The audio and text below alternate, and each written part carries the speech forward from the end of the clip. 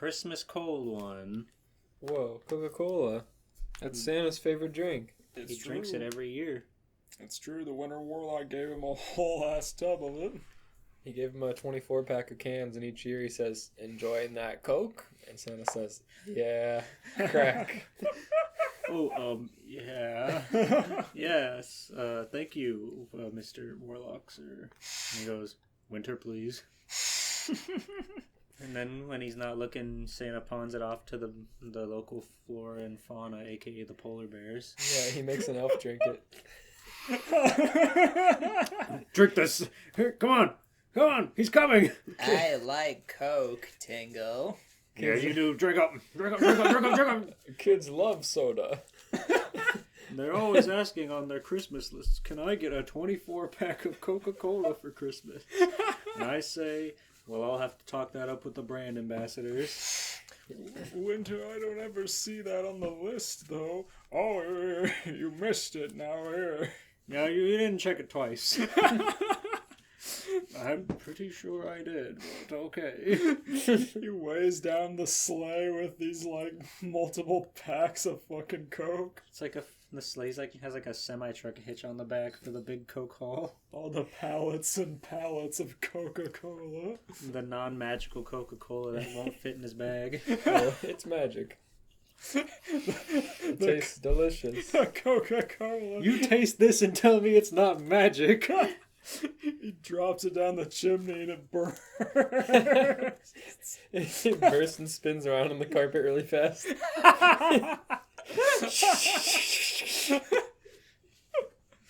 Their fireplace would be so sticky. Yes, Why is the carpet so sticky out here this morning? Oh, it must have been Santa. Yeah.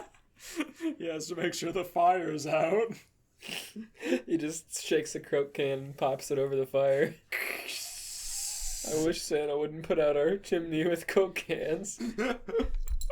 There's so many bugs in our fireplace now.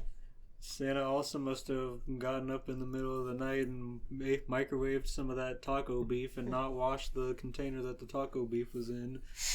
Pretty weird. The cookies aren't touched for some reason. There's a little creature on the desk. It's true. It's Topper. If we shake him a little bit, we'll get the jingle bells going. You put a Coke in his mouth and shake him a little bit.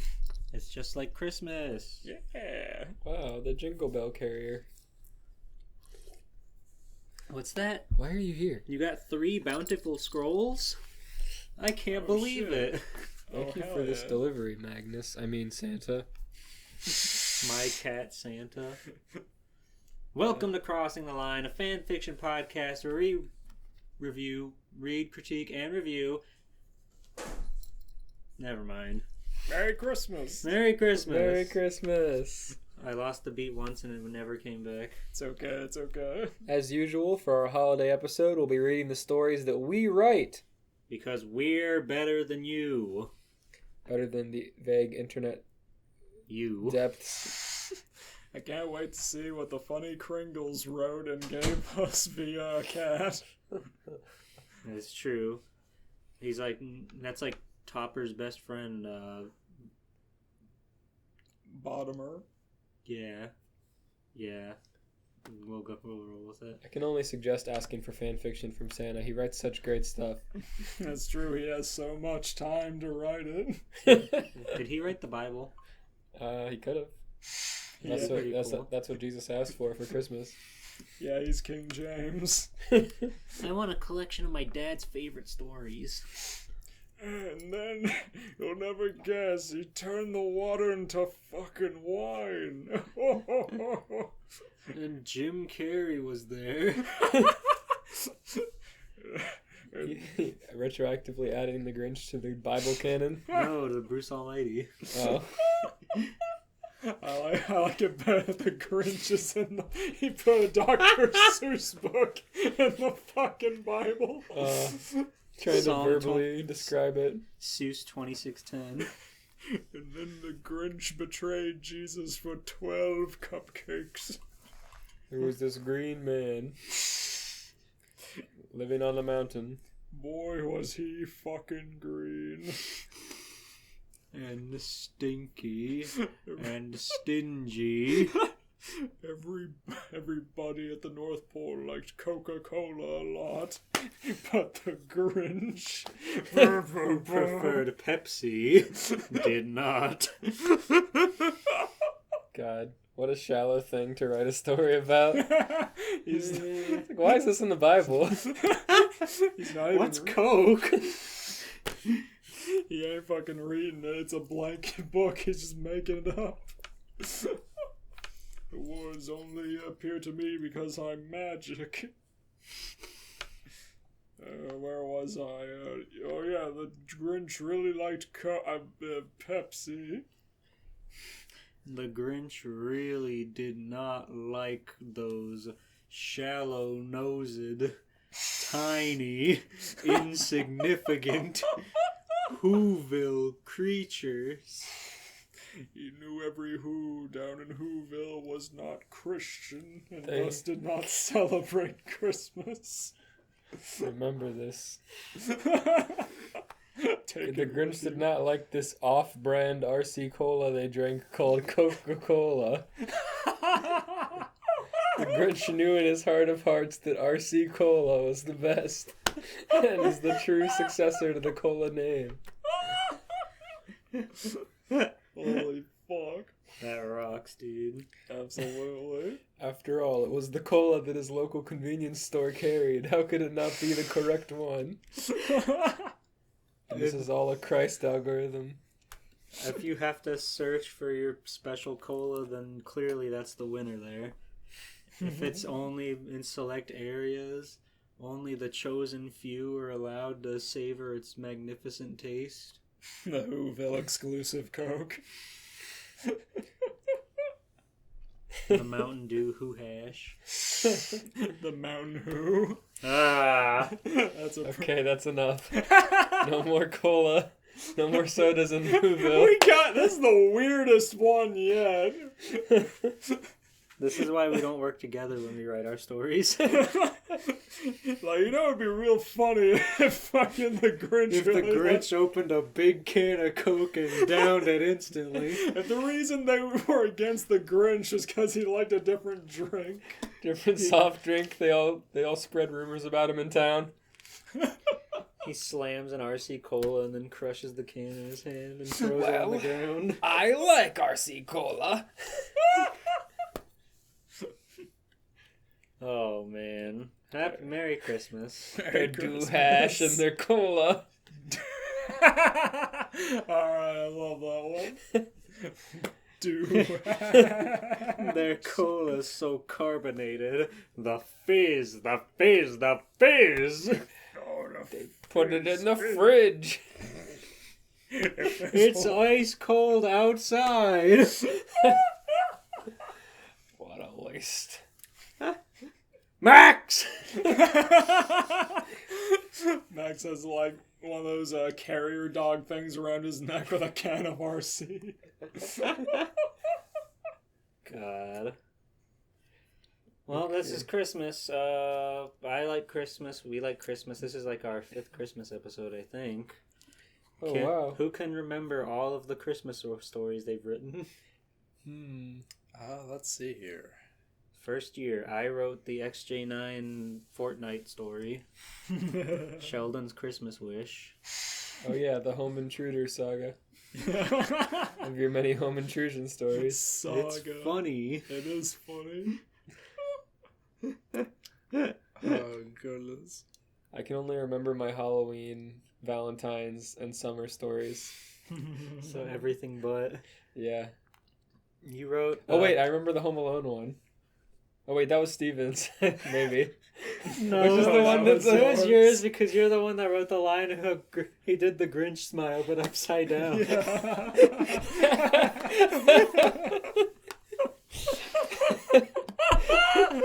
Oh fucking lord. It's such a good visual. That That's the one where the Grinch tries to break into Kevin McAllister's house. And also Mr. Incredible's trying to break in, but to protect him. Yeah. He broke in, but it's okay. He had a good reason. You I can't believe I've written that many Mr. Incredible stories. I keep forgetting about them. You think he's so funny. You also wrote the Fairly Odd Parents one, where he also wishes to be Dante from Devil May Cry. Oh yeah, because he stinger dashed all the way to the North Pole. I fucking love that shit. Holy hell. I wrote the King K Christmas, where King K. Rool was visited by Eddie, the guardian angel Yeti. Let's see here. I wrote the one where the Grinch was a Smash player. I wrote the one where Sora, Donald, and Goofy were in Whoville. There was a whole Grinchmas year. Go check it out. It's a good episode. Oh, yeah. That's right. I did not write about the Grinch this year. Me neither. Not me neither. Even though last year I remember we specifically made an exodus on Grinchmas because so we wouldn't have that happen again. This year we've moved on. I mean, clearly, if our opener gave us any. It's just the Grinch is too fucking easy. He is easy. He's such a well-spoken character, but he's so stupid and evil. I don't have Mr. Incredible this time either because even though he's great because he's just he's a mad dad, but he can have powers whenever it's convenient to overpower whatever situation he's in. It's his free Deus Ex Machina. It's pretty good. Let's see. Halloween, I read yours, so that would mean you read mine. Yeah, and then you read mine. Yes. So, here you go. Merry Christmas! Merry Christmas! There you go. Okay, doke.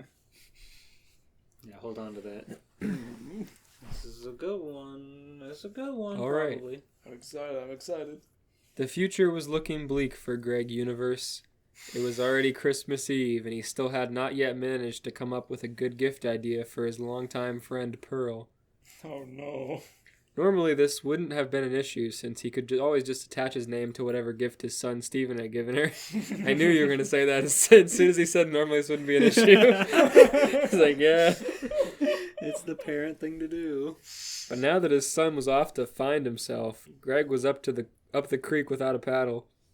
With no easy way out, he decided that he would try to ask the other gems for advice on the matter. Once he noticed Pearl make her way out of the beachside bungalow, he went in to go and talk to Amethyst. "Sup, Greg," Amethyst said while she smoked like 1,000 cigarettes. That's true. "Sup, Greg." Amethyst. Ah. Did you get lost? Amethyst said while shoving flapjacks into her face. Minecraft eat noise. "Hey, Amethyst, I was wondering if I could ask you something." He's got Homer Simpson voice. He is Homer Simpson. "Shoot, my man. Whatever you need to know, I got you." Greg scratched the back of his head before continuing. I was wondering if maybe you knew what Pearl might want for Christmas. I'm really trying to rebuild those bridges and have her start to actually, like me."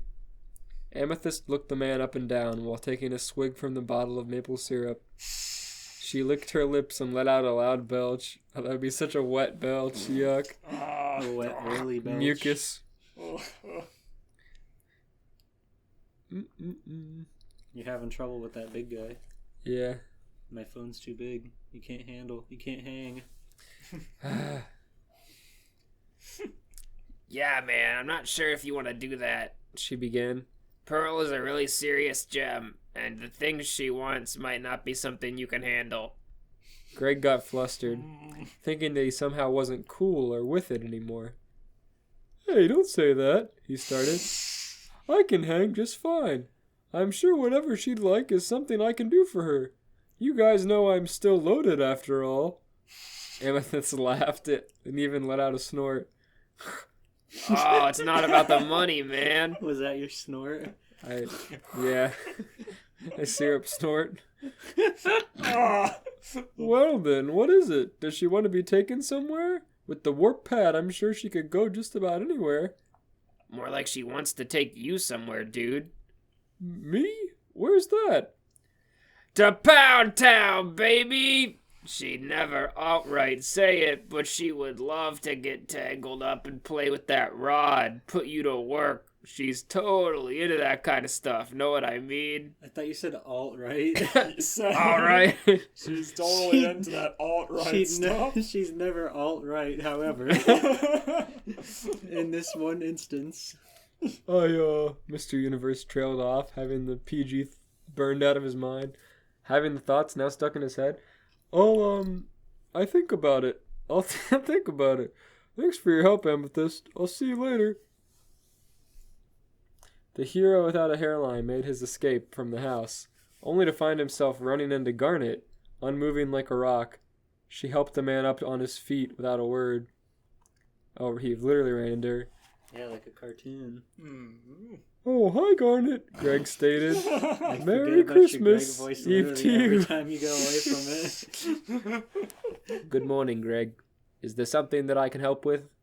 Yeah, actually. See, I was trying to ask around for advice on what to get Pearl for Christmas.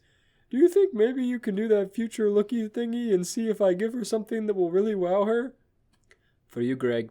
Anything. Garnet stood there for a moment as Greg watched on, wearing a big grin and crossing his fingers. Crossing his fingers that it's gonna work. And that he's gonna be in the clear. She has powers. Garnet's face slowly started to glow bright red as she watched the events of tomorrow unfold. Without looking down at him, she rested her hand on his shoulder. Don't worry, Greg. You'll figure it out. With that, she walked off into the house, her head seemingly steaming. Greg just looked on in confusion, wondering how that was any help at all. He shrugged it off and got into the van, heading to who he hoped would be his saving grace. He was his last resort. Who do you think? His last resort. Let's see here. He can't ask me because I would know the answer. Well, yeah. The payphone to call Steven. I really hope it's gonna be his uncle. The payphone. Yeah, I mean, he doesn't have a house, right? He just got his van. Payphone. He has a phone. Okay. I hope he asks Ronaldo. Yuck. Greg! I know exactly what to get her! Pulling up to the barn, Greg found the two gems, Lapis and Peridot, as well as their pet pumpkin. Oh, it's pretty deep in. Yeah, this is after Steven Universe. That show ended like 3 years ago. Get over it. Hey, you two. How's it? Oh, wait. Pulling up the barn, Greg found a loud Peridot. A lonely pumpkin on. I thought you said, Lounging- hey, YouTube. Lounging Hey, YouTube, around. how's it going? It's your boy Greggy. You are back at it again. Hey, you two. We're back at it again! Lounging around watching old Christmas specials on their outdoor TV setup. You think they have a VHS of The Year Without a Santa Claus? Maybe. So they can pretend to be Heat Miser and Snow Miser? They just have Who a would be bunch. who? Well, Lapis would be, Lapis is Snow blue. Miser, yeah. They just have a bunch of VHSs of Santa Claus. Oh no. The Santa Claus. It's an Allen. Old Christmas specials. I guess it is like 20 years old now. Mm-hmm. Hey, you two, how's it going? Greg asked as he stepped out of the van. Oh, Lapis began. Hi, Greg, what's up? Peridot was absorbed in her Christmas claymation capers until Lapis whacked her in the back of the head to get her attention. She turned around to see the father of one of her closest allies. Greetings, Greg, Peridot shouted. What is it that brings you... Oh, greetings, Greg. What is it that brings you to our humble abode on this winter afternoon? You want to plug your nose to do that one. I got it. I was I love the confidence. I was hoping maybe you could help me out. See you tomorrow is Chris. You see tomorrow. You have fucking Alzheimer's. Goodbye. He's showing his age. Oh, hey, you two. Goodbye. I was hoping you could help me out. See you tomorrow. Help with what? What the fuck? That'd You be so see, scary. tomorrow is Christmas. Yes. If someone asked for help and immediately said, "See you tomorrow," before elaborating. Never changing their face. You see, tomorrow is Christmas, and I... Yes, Christmas. Perry interrupted. A most joyous time of year, where where all earthlings seemingly come together to spread the figurative concepts of joy and merriment by delivering each other gifts of all shapes and sizes. What an interesting earth custom. It's certainly a stressful one, replied Greg. I was wondering if maybe you two had an idea of what I could get for Pearl. She's so closed off around me still, so it's hard for me to think of that she would want. Oh, that hard ass, Lapis answered.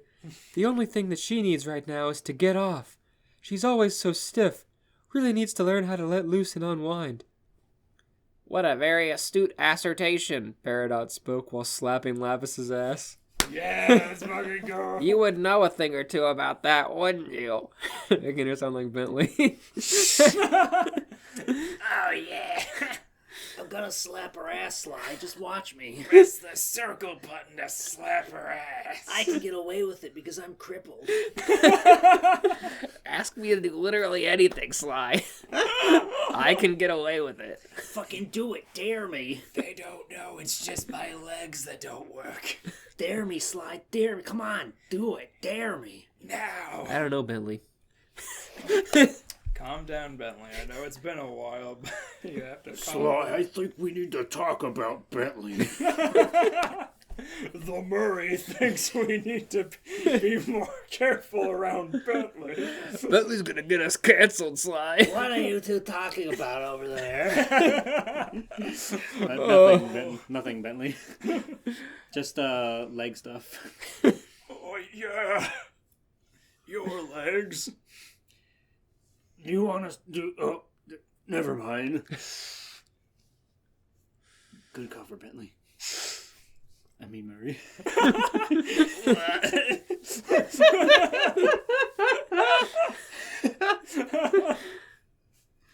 Fuck.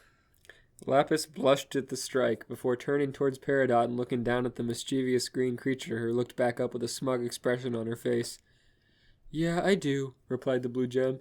Because I knew a gem that was all busyness, someone who only knew how to take orders. Lapis grabbed Perry's hand tightly as they got lost in each other's gaze. Before Greg could even begin to interject, the two were immediately flung into some hot, steamy gem sex. Asses were spanked, water tendrils went anywhere they could. Long, smooth metal rods were telekinetically jammed in and out of places. Greg made his escape and drove off before the unwarranted scene could really explode in his face. Made off. He ran out of there. Greg, So scared. Greg jacked off before the unwarranted scene could notice him. Before he exploded. Driving down the highway at sunset, it was dawning on Greg how little time he had left to find the answers to his problems.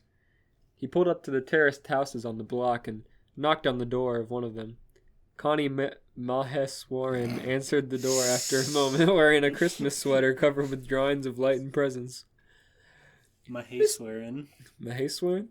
Maheswaran. Greg struggling to read the mailbox.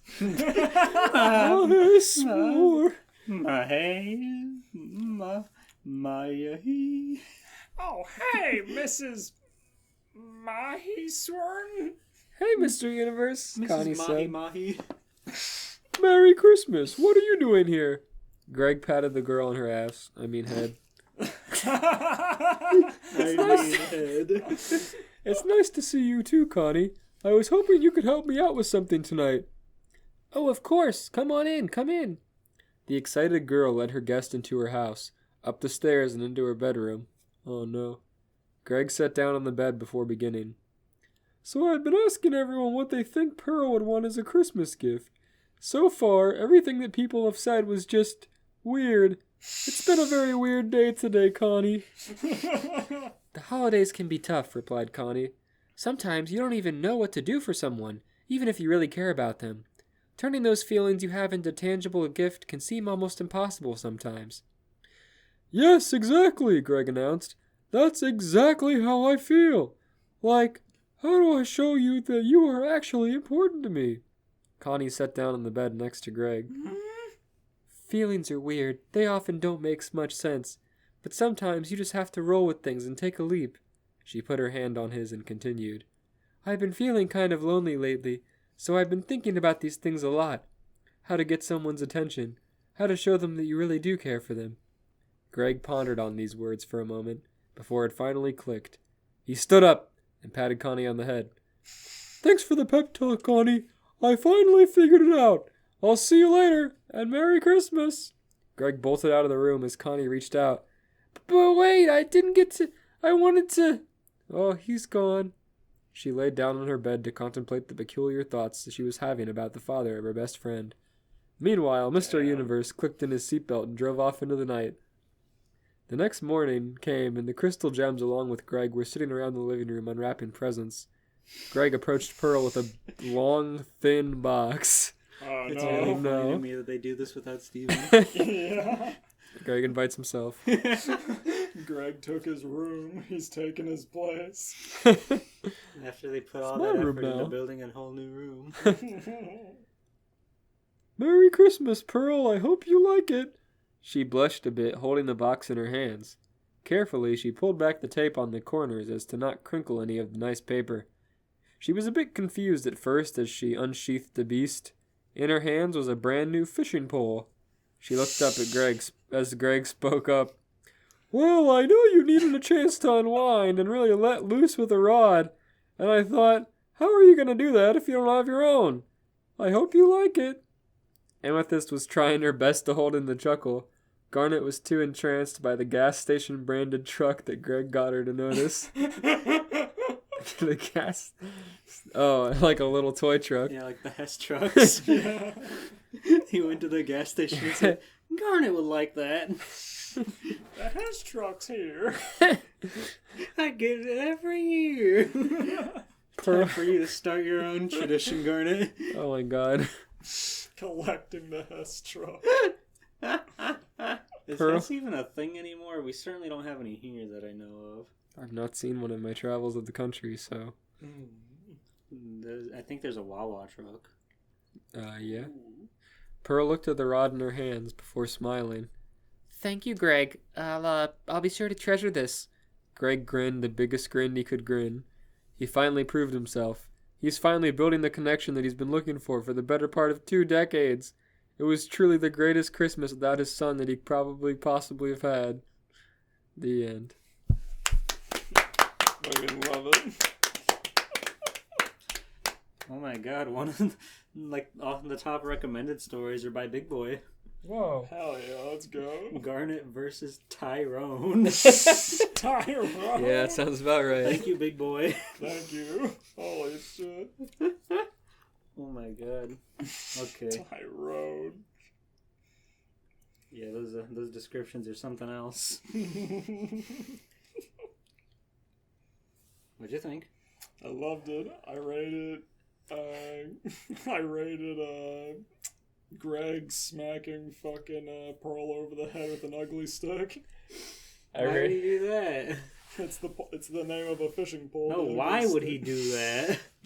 I know what an ugly stick is. Because she was bad at fishing. Yeah, he's teaching her a lesson. He took her out to the old hole and she just couldn't catch a single thing. I rate that Greg waddling towards Pearl with a long, thin box between his legs, smiling, Hey, Pearl! and insisting on holding it there while she unwrapped it. No. Why? What do you think it is? Tell me.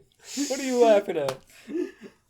What are you... Stop laughing! This isn't funny, this is sincere. Don't laugh at it! You don't know what it is yet. It could be anything. Anything. I'm not jiggling it. Don't shake it. Don't shake it, dude. It's fragile. Don't pull it off! But never mind, I'm taking it home. This was stupid. Turns around, still holding it. Christmas. Of course, you can't put it down. Knocks something off the table with it. Fucking and gives. I've heard of Dick in a Box, but it'd be really funny if it was like a yardstick-sized box. Yeah. Just hanging out really far away from you. Greg Universe waddling around is really funny. Yeah, He's got such a waddling shape. he does. Oh god. I love Christmas. I thought Greg Universe seems like a character that we could tap into and find a lot of potential in our worlds. Oh, without a doubt. He's a dad. He's a deadbeat. He has a car wash. He's rich. He does have a car wash. He is rich. That's his superpower. He's fucking Batman of that city. His power is his richness, and his flaw is his deadbeatness. His flaws. They go hand in everything hand. else. Truly a rounded character. The perfect character. Everyone's talking about all the gyms and stuff, but really they should have been worried about Greg. It's true. It's true. He could have fended off Homeworld. He could have paid them off. That's true. Okay, Steven, unclamshell your story. Okay. Okay. I mean, unwrap it. let me It's undo wrapped in a clam. Let me undo the scroll. Needed to be bigger. Oh, I was gonna put it full screen. Wherever that is. So I might be able to, like... Today, Grandpa. Today, Grandpa. It's an iPad, Grandpa. You can touch it with your finger, Grandpa. You can just fold it backwards. Like a book. True. There we go. Turn it sideways. I think. Yeah, turn it sideways. Oh, yeah, there we go. Perfect. Now it's just like one of those books you used to read back in your Like, time. compressed. Oh yeah, touchscreen doesn't work. What? Yeah, There we go. There we go. Sounds like you need a new Chromebook. I do. I dropped it on the floor. It's pretty old. Oh, I can see. It should still, like, more or less move, though. Yeah. It was Christmas Eve morning in the Calvin household. Wait, Hold on. Christmas Eve. Okay, got it. Even putting the words "even" morning back to back were giving me a moment. You can also, like, maybe zoom in if you need to. Or, like, Control Plus if you put it back in. Oh yeah, true. If you put it back in Computron mode, Yeah, the touchscreen doesn't really work. It's okay. This is you fine. dropped it Okay. right on the touchscreen. Yeah, the entire... It was Christmas Eve morning in the Calvin household. The windows were cracked, and as cool air blew in, Christmas music was coming from the kitchen. Miss Calvin was cooking breakfast to the tune of Let It Snow, while her famous bacon and eggs, with a twist, sizzled on the pan. What's the twist? Mr. Calvin was at the table with his son Charlie, waiting for his wife to make breakfast, closing his eyes, thinking, hoping, opening them again. Still no food. Oh, Never Like, touch mind. up in this area. Okay. I was thinking of a Flintstone story where he was so angry about not getting his food, but we didn't write that, did we? Where he woke up and went back to bed, and then and Wilma. And then the food got cold, so he killed Wilma. That might have been the Christmas one last time. Yeah. No. Yeah. That was recent. That wasn't a year ago. Oh, I don't know. Why would I don't have think- written about Jack Frost if it wasn't Christmas? No, I said Fred Flintstone. Yeah. What? Jack Frost goes to the Flintstone world in my last fanfic. I'm asking if we wrote that one, Oh, I or think if so. we just found that one. Who wrote it then? I wrote that one. What'd you write for Halloween? For Halloween. No, we did a Flintstones episode. We did do a Flintstones episode. You didn't write that. You can't take claim of Fred Flintstone killing his wife and then Oh, yeah, we did. almost killing his baby. Oh yeah, we did read the really violent, like apocalyptic one. Yeah. Yeah. God, the Flintstones are stupid. I fucking love it. Oh, Sorry. Lord. Because it was Christmas Eve, Charlie had the day off from school, meaning it was bring your son to work day. Scott was therefore in sort of a bad mood. He was also going to be late at this rate. He yelled, "Is breakfast ready yet?" and then hurriedly checked his watch a few times. He could no longer afford to wait for a response, and so he stood up at the table, picked his son up by the collar, and hurried them both out the door.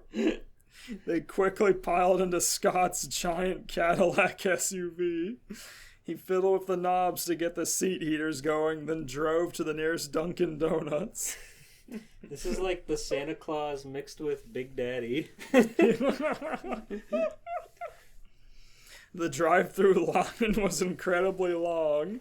It went around the building and out onto the highway. Scott didn't mind. He turned to his son and said, "Better than waiting on Mom to cook, right?" And went in for a fist bump. Charlie looked at him with an unamused expression. But Is this Santa Claus 1 timeline? Yeah, it's before he divorced his wife at the beginning of Santa Claus 1. It's a prequel. Yeah, it's a prequel. The Santa Claus clause. Yeah. the pre-clause. Ah! Yuck. Charlie looked at him with an unamused expression, but nonetheless returned the gesture. After about 10 minutes of waiting in his new breakfast limbo, Scott became restless. He started honking at the car in front of him, as though that would do anything, before swerving over the separator and back out towards the highway towards work. Facing forward, he said, "Sorry, Charlie, no time for breakfast," and quickly entered the left lane, going 30 over the speed limit.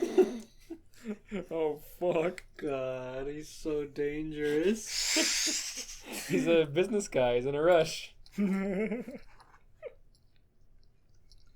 As Scott flashed his lights passive-aggressively at the car in front of him, he then, without waiting, swerved in front of it as it tried to get out of the way, nearly crashing the car. Charlie sighed and looked out the window, zipping up his small rainbow puffer jacket so the hood covered his eyes. Dad was about to yell. Oh no. And yell, Dad did. Scott rolled the window down and slowed down, despite the fact that he was in the left lane and had passed the person behind him. He needed to show this loser who was the boss. This went on for a while, but eventually they made it to Crazy Steve's LLC, where Scott was a top-performing salesman. It's Crazy Steve's Toys LLC. Or does it just say Crazy Steve? Oh, sorry, Is that what it's called in universe? It works at a toy company. Hey! Your dog's licking your brew. He did his big stroll up to his desk with Charlie following behind and plopped down into the lazy boy he had moving behind his desk. Scott turned. "This?" He gestured to his seat, slapping the armrest that had nearly worn through with use. "This is real. This is real. The work gets done, son." I'm reading it verbatim. He's insane. I'd say so. This is real. The work gets done, son.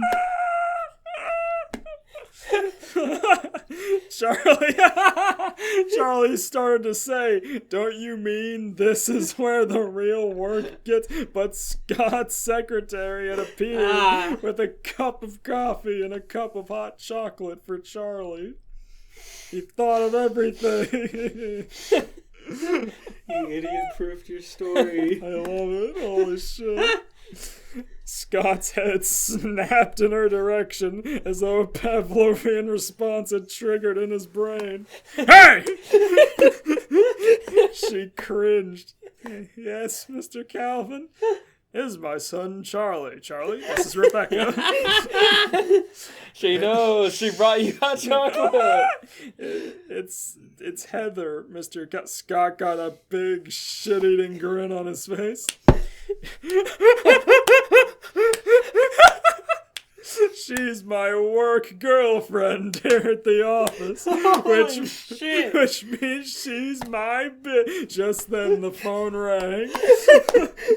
Scott quickly picked it up.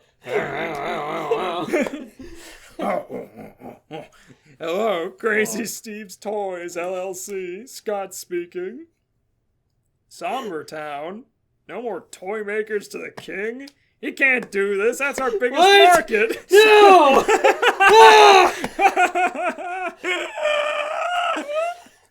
We just watched that fucking movie. I hope you were not watching and writing at the same time. He was! I'm in pain. I needed to cross-reference. My body could not swallow that information. The No tumor in wonder my you brain. actually wanted to perceive it and not watch it at double speed. Yeah. Just give me the gist. Scott slammed the phone down and looked at Charlie, then raised a hand towards his secretary but didn't commit.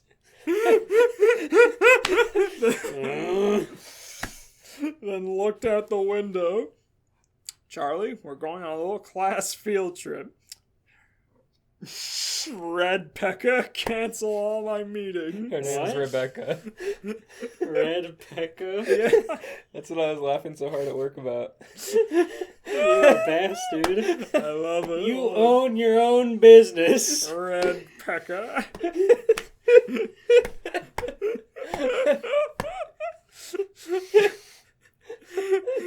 And so, after a stop at the gas station and ordering a few tornadoes, Scott and Charlie drove to Somber Town out in the local mountains to confront this king. Pulling up to Somber Town, Scott could see a castle in the distance. He couldn't remember if it always been there. He didn't get out to the sticks much. He parked outside near the base of its... The sticks. He parked outside near the base of its giant staircase and got outside.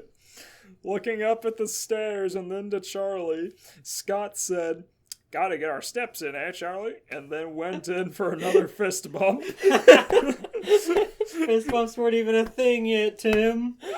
They're gonna think he's committing witchcraft. I know it's Somber Town, but in my mind it's like the fucking village from Resident Evil. Yeah.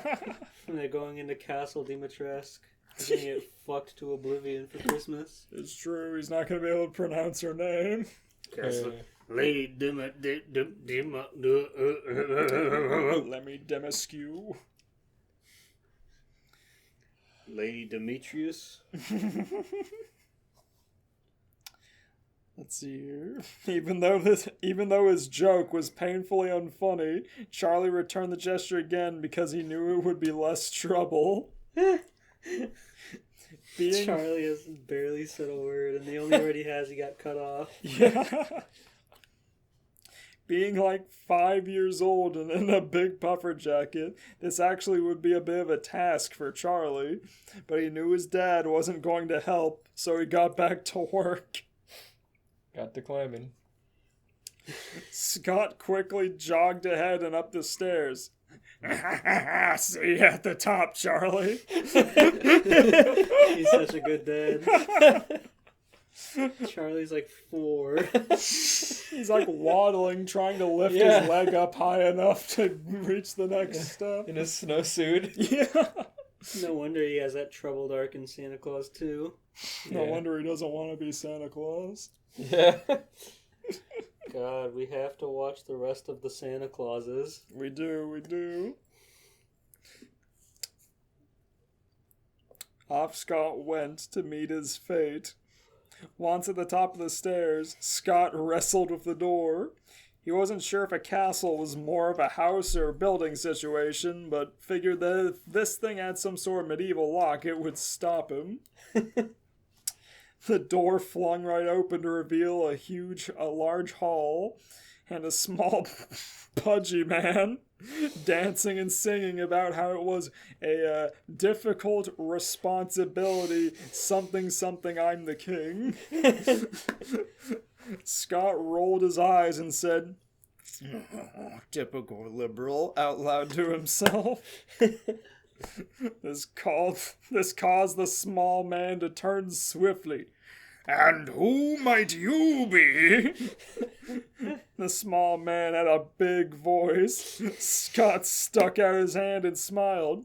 "Well, I'm Scott Calvin, toy salesman."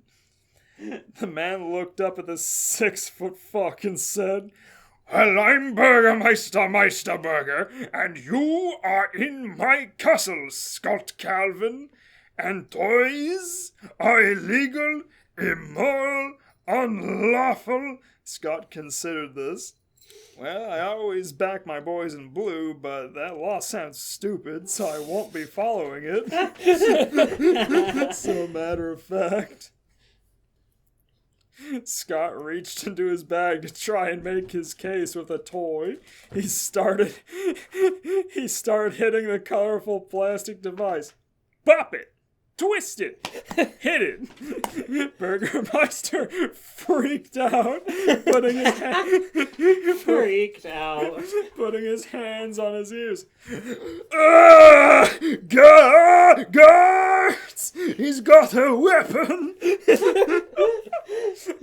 That's true. That's such future technology to him. Bang, bang, bang. So he's banging this plastic right in front of him. "Pop it! Hit it! Twist it!" Pull it. Woo! Damn, he's got the zoomies. The tiny guards clutched Scott's pants and tried to drag him into the dungeon. Just then, Charlie arrived. "Dad, what's going on?" "I'm being canceled, Charlie. Don't tell Mom." And just like that, the door closed on the dungeon. Charlie looked around. All these men were his size. He shrugged and sat down, then pulled out his Nintendo Switch. Hey! It's 1996. It's convenient for the plot, okay? Somber Town got progressive real fast. That's a toy. We're already blending time periods here. He does keep trying to pound it. He's not really a king, he's just there. Burgermeister looked over at Charlie. "And now, who are you?" Charlie said, "I'm Charlie." "And what is that?" "I'm emulating Super Smash Bros. Melee on my Nintendo Switch. Wanna play?"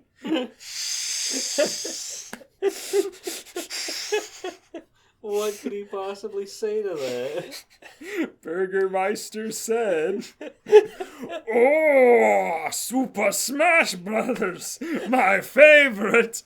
Why, when I was a little boy, I was so good at that game."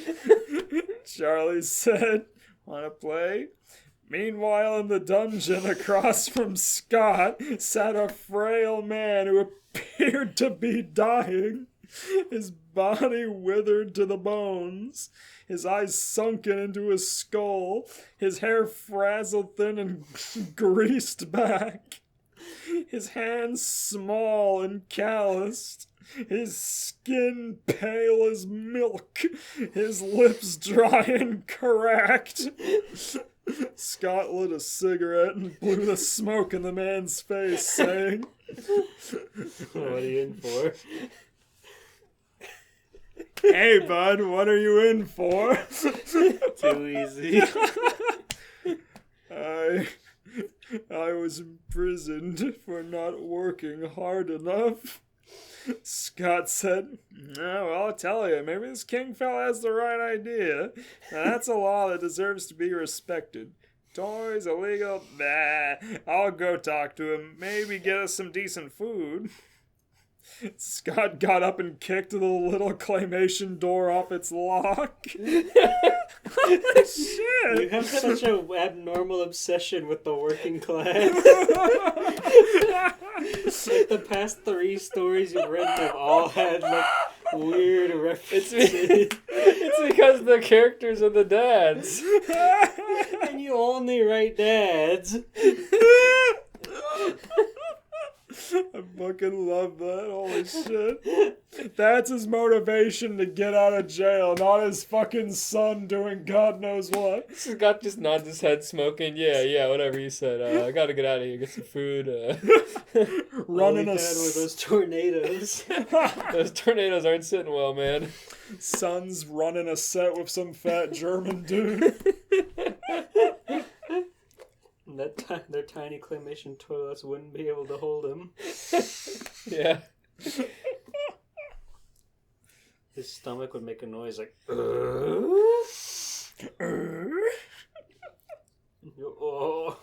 There's no tornado Chekhov's gun. It's there and it's gone. Oh, okay. Much like the breakfast surprise. It's not gonna come into play where his axle's fucked up and he can't drive away. No, that is good though.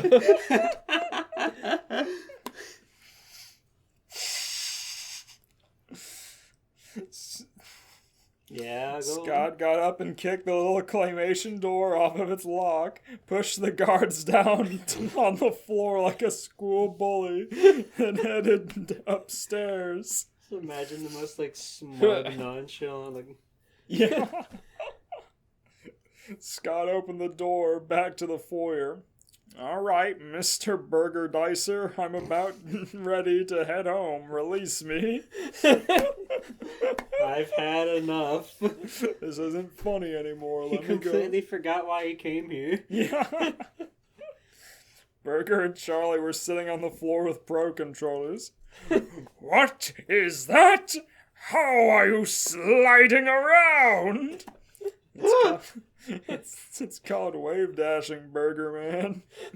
You jump and then dash into the ground like this.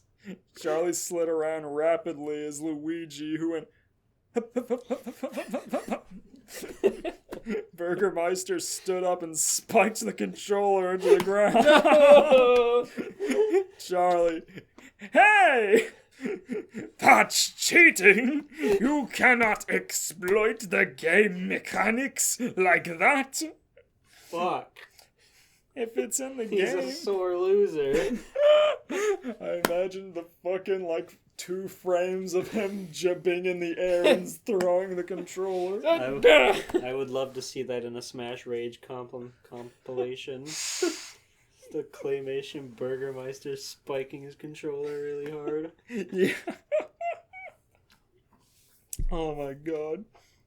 If it's in the game, it's not cheating.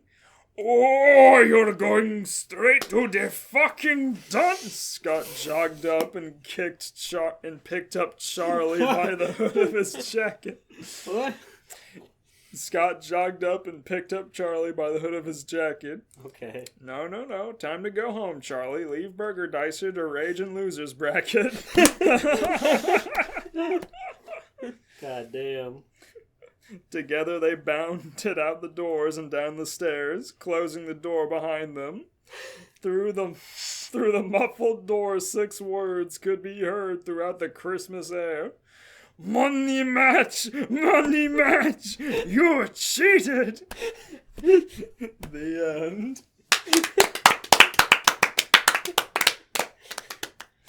God Fucking, damn. I love that. Holy shit. He's never getting those sales back. I only remembered Steven was reading my story towards the end, so I had to change the theme to Smash. Had to.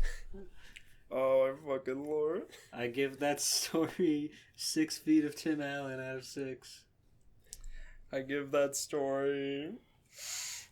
I give that story. Burgermeister going online to buy lessons from Mewtwo King out of 10. You have to train me. Imagine a Mewtwo King Rankin Bass model. Yeah. I could. They'd exaggerate how thin his neck is so bad. He'd look like Sheldon Cooper, but bald. Mm-hmm. They'd exaggerate how bald he is. Mm-hmm. Such is life. Such is life. Right, you got a present? I for do. me? There Turn you it go. over. Alright. All right. That was a very fun one. Good job with all the cool references, the video games Thanks. I loved it. in 1996. Well, or the 60s or whenever Santa Claus existed. Whenever. The 60s. Whenever the Burgermeister and Tim Allen existed. Yeah. Okay. Oh, I saw the title. Uh-oh. It's okay. It's okay. I don't know what it is yet.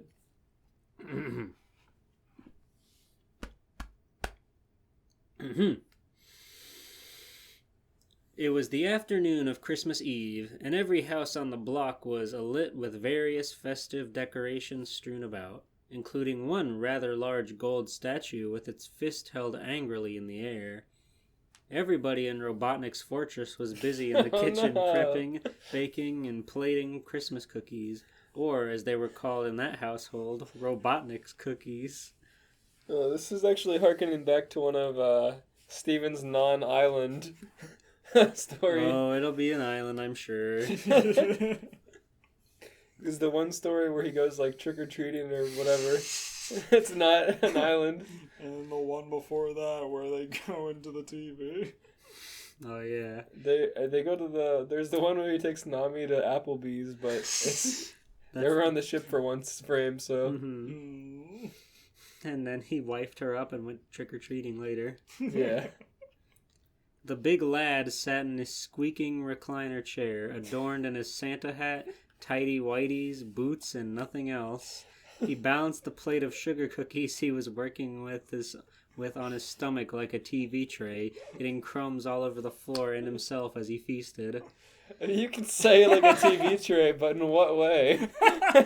Because it's a tray. Yeah. It was keeping the food elevated. It's just implying that it's like low quality and lower income. It's just a tray in front of him.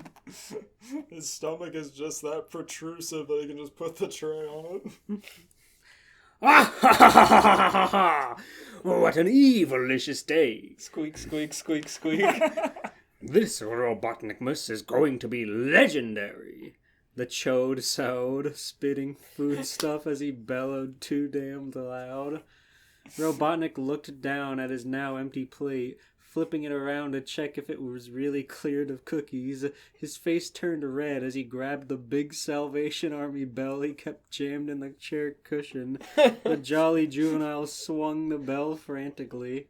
Preparing for his thievery. One of you elves get in here and bring me my festivities at once. I'm starving. What? The woman of the house, Nami, Ah, no! What is that timeline? Oh, yes. exited the kitchen. She carried 2 plates full of star-shaped cookies to the squatter, wearing her holiday Christmas tree bikini top and jeans I see with a she's been Christmas fully broken. with a Christmas light studded belt. As per usual, she approached the Grossnick with a perpetual frown.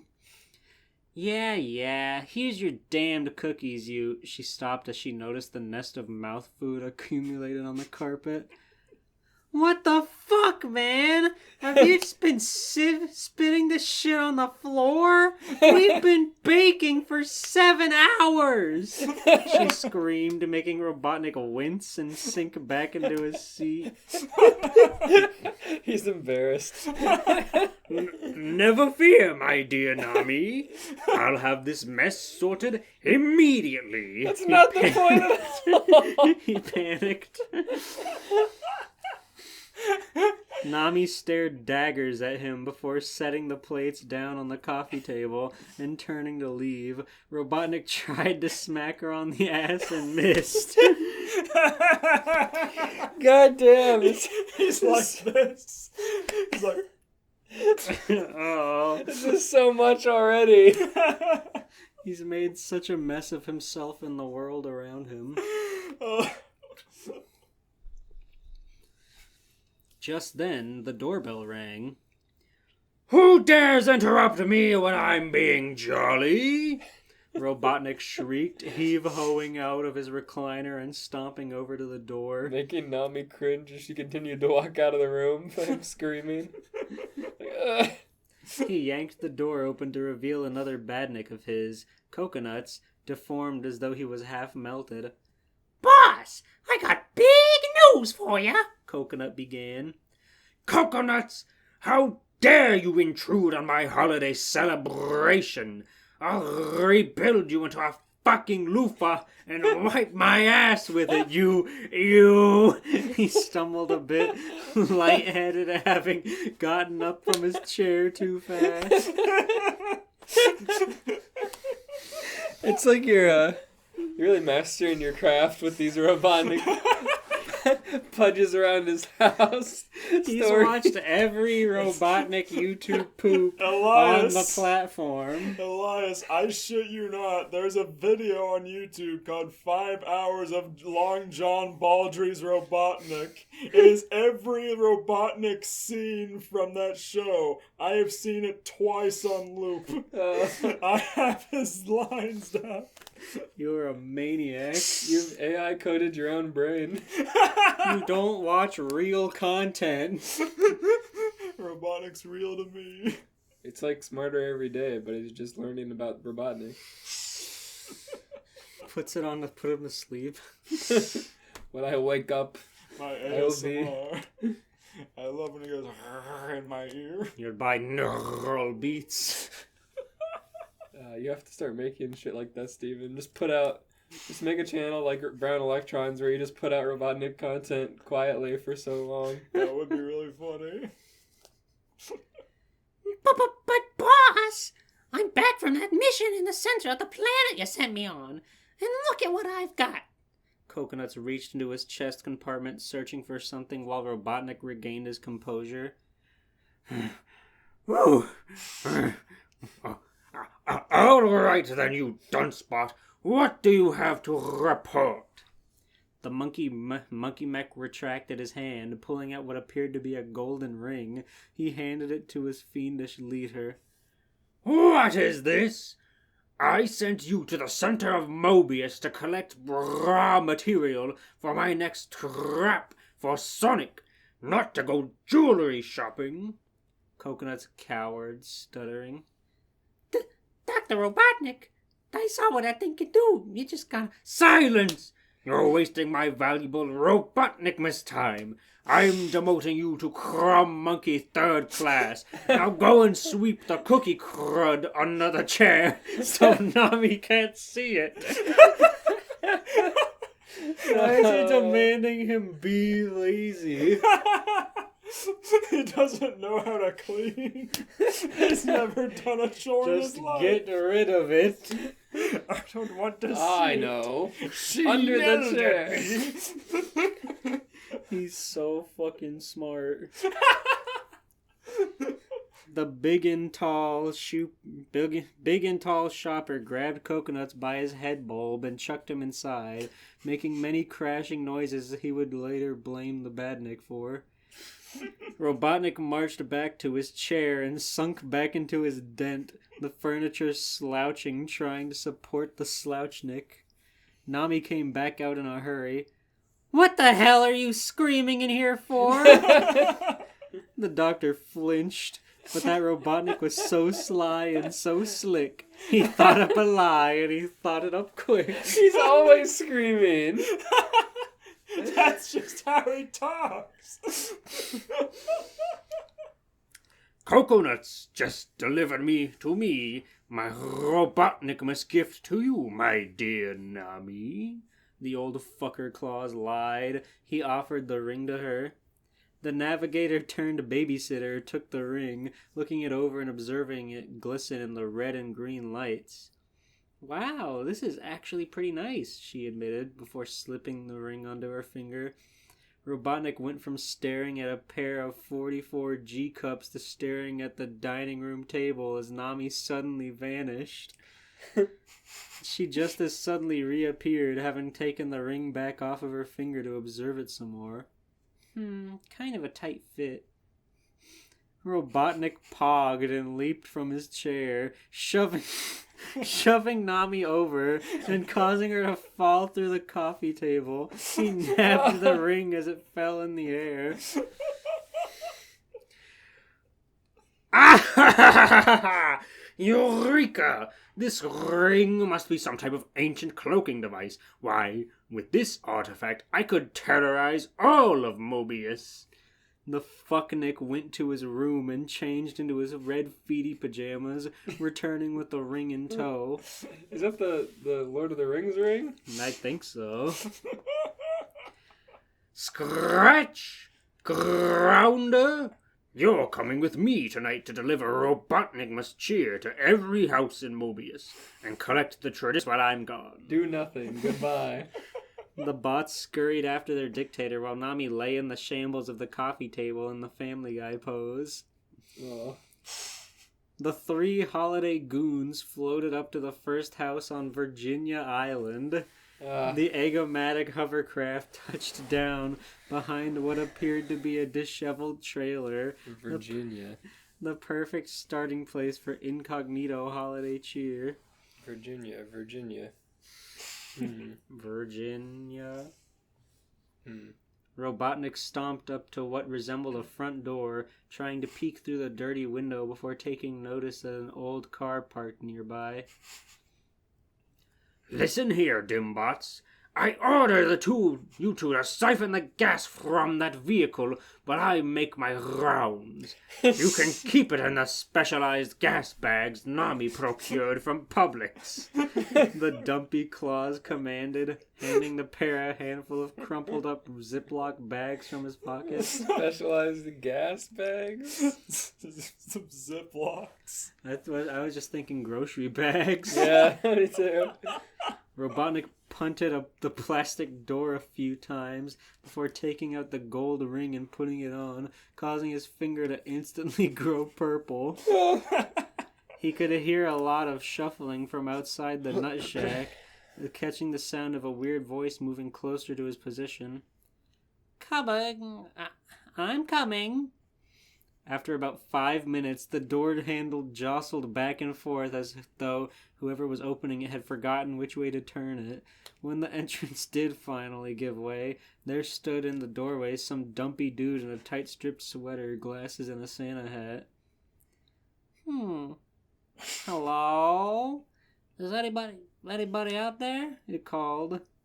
Robotnik caught wind of what smelled like Lunchable's ham spilling out of the welfare mansion, lurching a bit before covering his nose with both hands. You filthsome fogey! Fetid freak! Rancid reject! You'd better have some good shit in there! Robotnik reprimanded. While being invisible. What a horrible experience. The Playmobil OC looked side to side, eyes wide, as they heard the booming voice coming from nowhere. Who? They stuttered before the door. Dr. rose his knee up to his chest, slamming his foot forward and effectively kicking the stranger off their feet so that he could squeeze into their starvation box fort. Robotnik immediately stepped on a pile of soggy newspapers, which stuck to his feet as he waddled across the entryway. What the fuck? He could feel the wet soak into his shoes as the smell of microwaved cheese assaulted his nostrils, growing worse every inch deeper he trudged. What is this, the fucking Pamper Chew house? No. Good guess, though. Holy shit. You said discount Playmobil OC. I mean, that sounds like, it sounds like Mayor, whatever his name is. Not Humdinger. But no, I don't think it is, because why would Mayor Humdinger live in a decrepit house? Well, he does. He is the mayor of Foggy Bottom. That's true. Oh, it's Chris Chan's house. There you go. You couldn't tell by the... I thought that was the mayor. The pudgy pilferer watched his step, taking notice of what he taking notice that what he thought at first to be a fancy carpet pattern was in fact a deplorable marbling of stain and filth that crumbled with each step he took. Okay, the depth of this interaction is dawning on me. What the? What kind of grimy gutter trash has been occupying this cracker box? Robotnik freaked, shaking his soppy foot.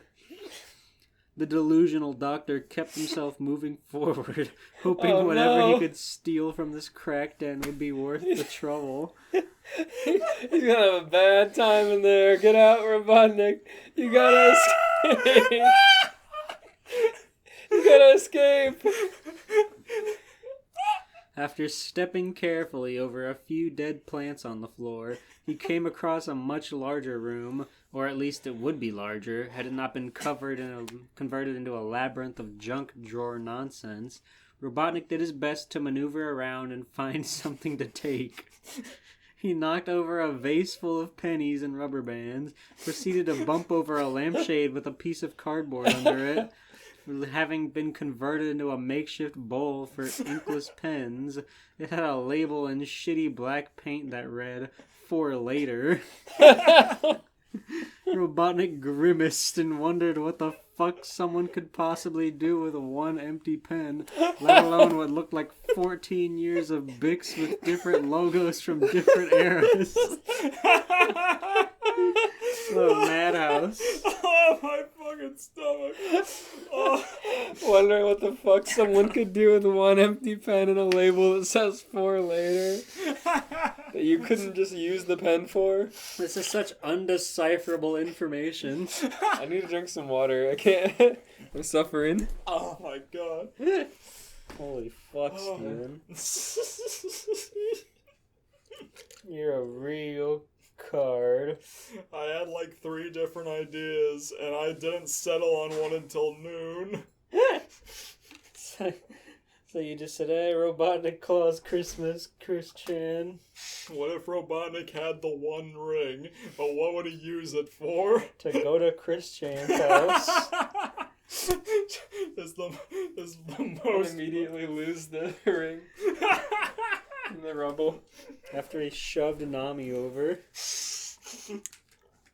Water.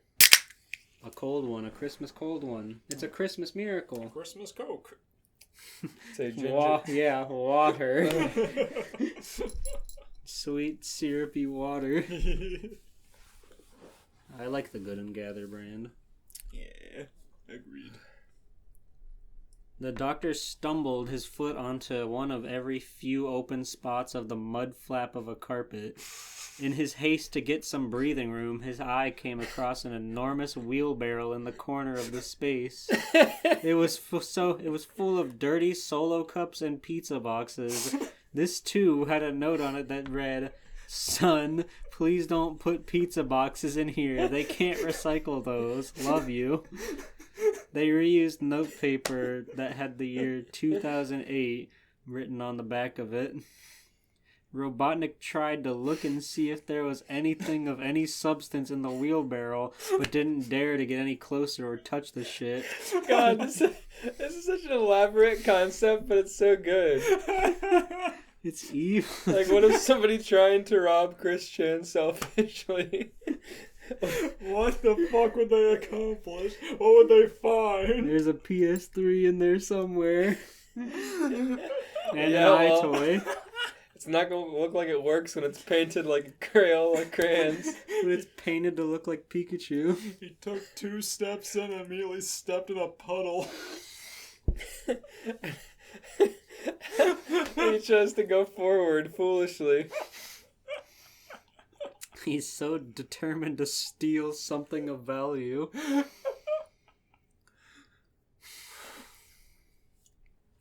He turned and caught a glimpse of 2 chairs, both of which were missing cushions, and now held 4 milk crates, each full of a random assortment of bungee cords, dead light bulbs, and eggshells. The doctor noticed the smell had become stronger and looked around to see where it could possibly be coming from.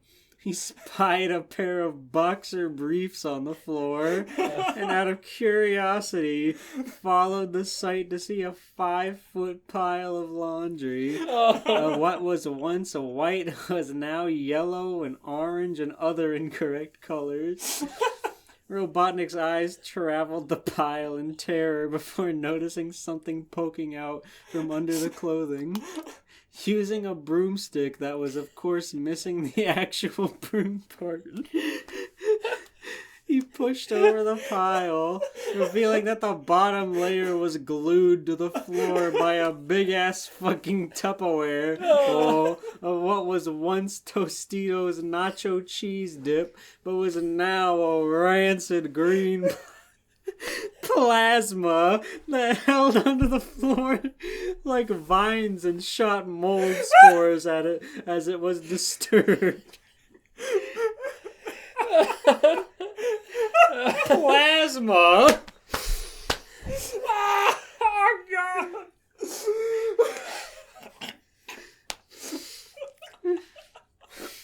This is like a horror game.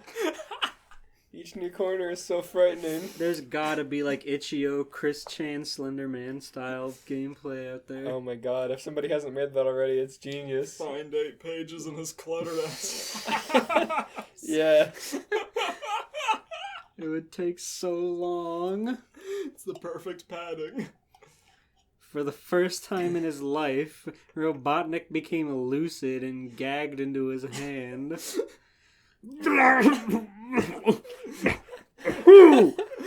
Who would do something like this? He stumbled back, trying to wave the mold in the air away from him.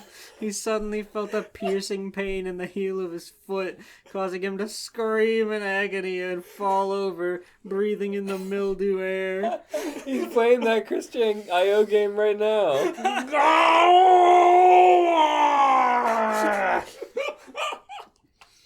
Piles of paper and empty glass bottles fell to the floor as the mass put a dent in the termite-eaten floor.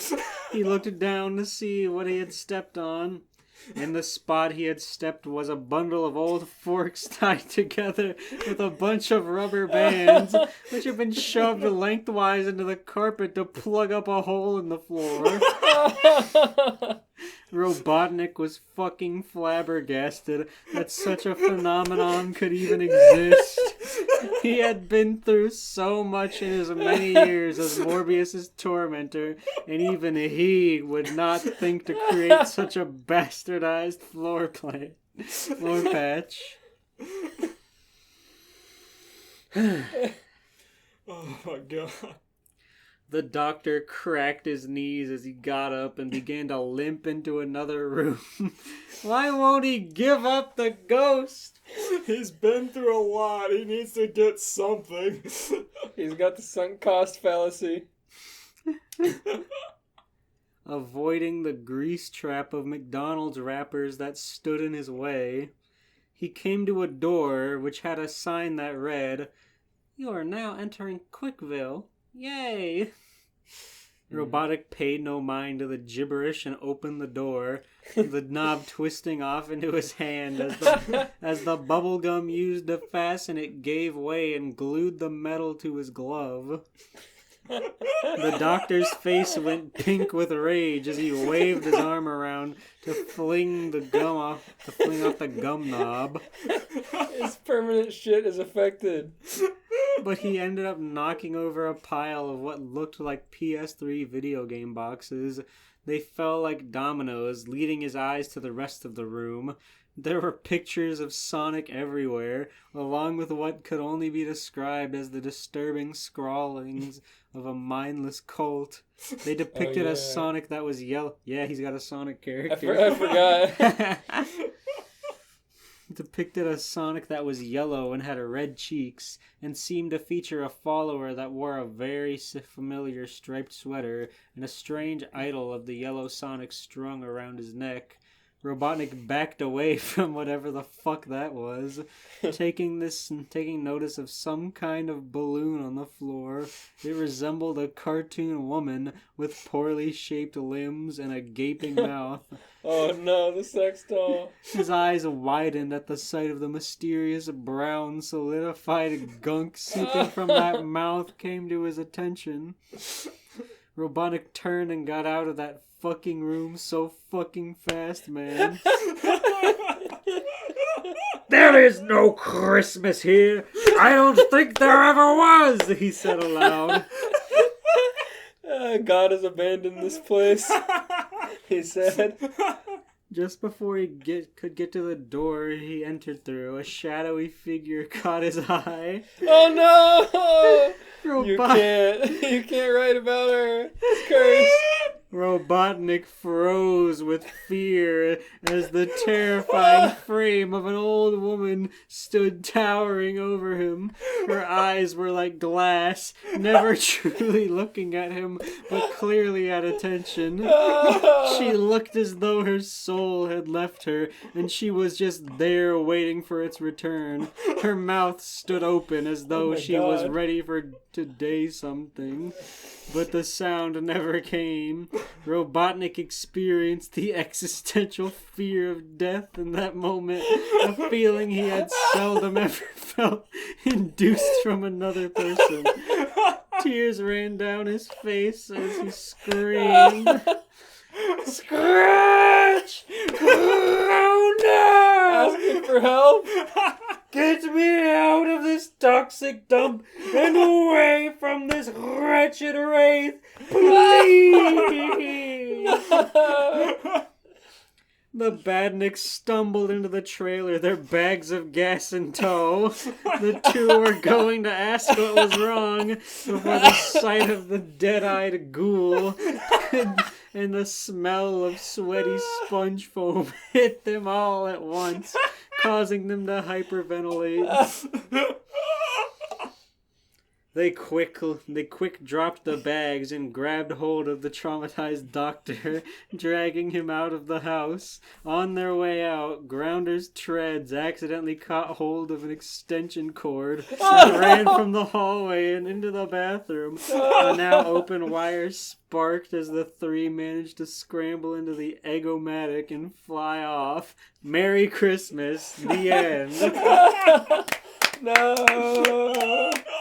I knew she was going to show up somewhere as a cryptid lurking around in that house. God. The line about her waiting for her soul to return to her body is so good. Standing there, mouth agape, looking not at him, but at attention. She could sense him, but she could not focus on him. I also like the line where it's like the first time in his life he felt lucid. He's so seriously upset. That house was so bad it broke him out of his gimmick. All that happened in that story was he got up and went to Chris Chan's house. But it was so good. That's all that needed to happen. That's all that needed to happen. You weaved a horrifying narrative. Green plasma that exuded mold and spores. Glued the clothes to the floor. I rate that story 1 house fire with gasoline bags waiting to burst. I rate that story 9 fractured bones in Nami out of 9. Oh. Oh my lord. Well, are you in the Christmas spirit now? I am. Do you feel the joy and merriment of all good boys and girls? All that gift giving and taking reminded me that I need to buy gifts. Only got 2 weeks till Christmas. 0 days till Christmas. I mean, however many days until Christmas, depending on when you listen to this. Yeah. True. Insert day here. Maybe I'll just hold my cat up and jingle him around and record some videos. There we go. Send those out. Shake him around. Like Hey, blank. I'll edit that in later. Merry Christmas. I hope you're having a cat-tastic time. Hey, Robert. Merry Christmas. Ching, ching, ching, ching, ching. Like a fucking cameo icon. Yeah. I need to do cameos where I wish people Merry Christmas for $5. Make some money. Hell yeah, let's go. Hey, yeah, Sam. Merry Christmas. Bye. I hope you and your family have a very beloved one. Yay God. Yeah, have a good one. Have a good holiday, guys. Thanks for joining the cameo. Thanks for signing up to Elias's cameo. Yeah, I'll make it right now. I'll see if anyone else is running that scam yet. Just like go to Cameo and look up Christmas. I think that's more of a Fiverr thing, but that's true.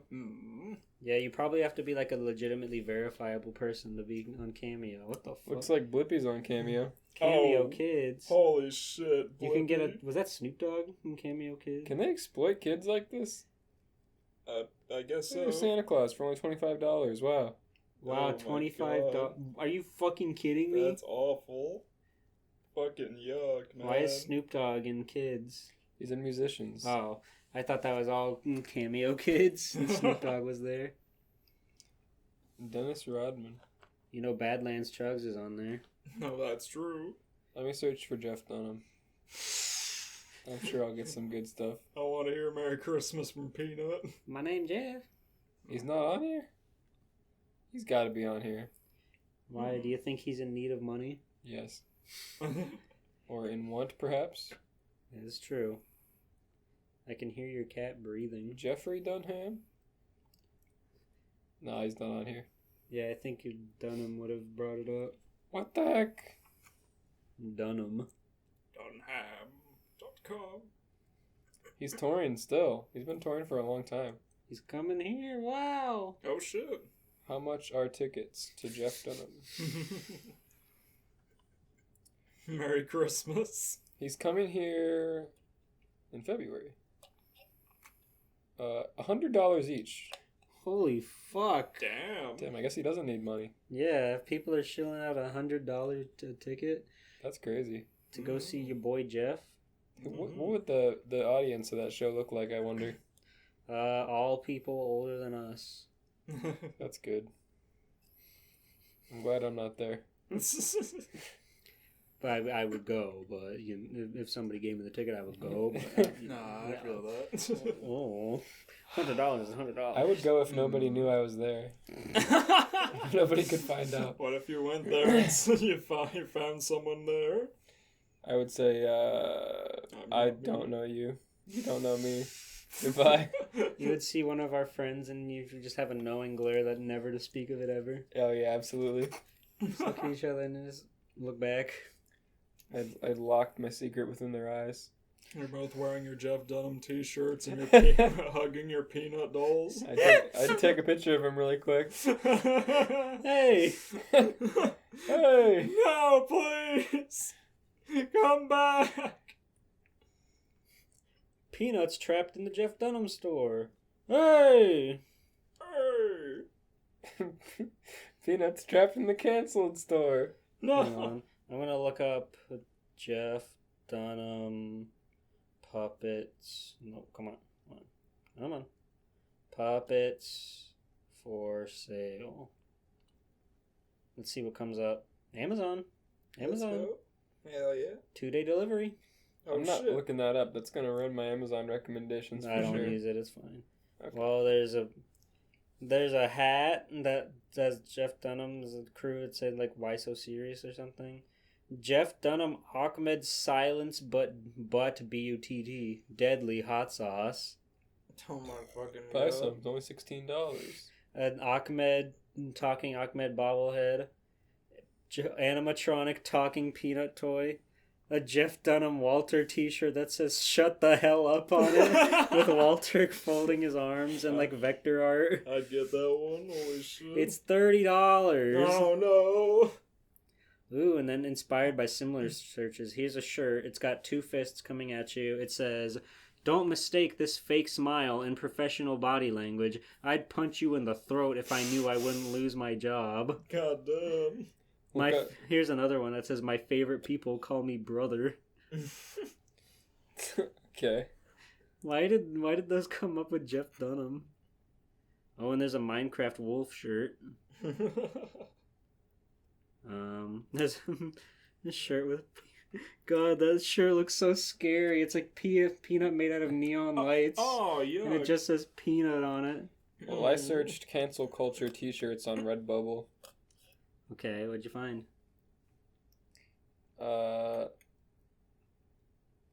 My DNA test says that I'm What? Neanderthal. That'll get you canceled. And there's a middle finger. It says woke this cancel culture. Nice. I looked up Badlands Chugs on Cameo and it's $99. Oh my god, that is crazy. Mm. But you do get a chug out of it. This one says, I'm awake, but I'm not woke. As I lay rubber down the street, I pray for traction I can keep. But if I spin and begin to slide, please, dear God, protect my sweet ride. Whoa. At least Shoe Nice is still $10. Finally. This one says, in order to be able to think, you have to risk being offensive. Quote, Jordan Peterson. Whoa, a Jordan Peterson quote. T-shirt? That's awesome. Damn, this one says, cancel my subscription. I'm done with your issues. I remember that joke being on Hannah Montana. Whoa. That sounds right. Now it's an old man joke. Mm-hmm. Okay, I've run out of... Oh wait, there's a Jose Jalapeno on a stick pop socket. Okay. Peanuts Bake Shop, vegan and gluten-free chocolate chunk cookie kit. If I was given a peanut on a stick, jalapeno on a stick pop socket, I would jump and stick it to your ceiling. There's a shirt that's just like in like impact text that said Peanut and Walter and Ahmed and Jose and Bubba J. Oh my Sick. god. It's so sick. That's like something That's you would niche. see some it's like a niche hip hop artist to wear on stage. You can get Ethan Klein's mom a cameo for $50. Cool. Whoa. Kermit the Frog with puppet arms, only $30. Let's end the fucking podcast. We did. We said goodnight. No, now it's over. Nakado Okay. avocado for $150. Good night. Good night.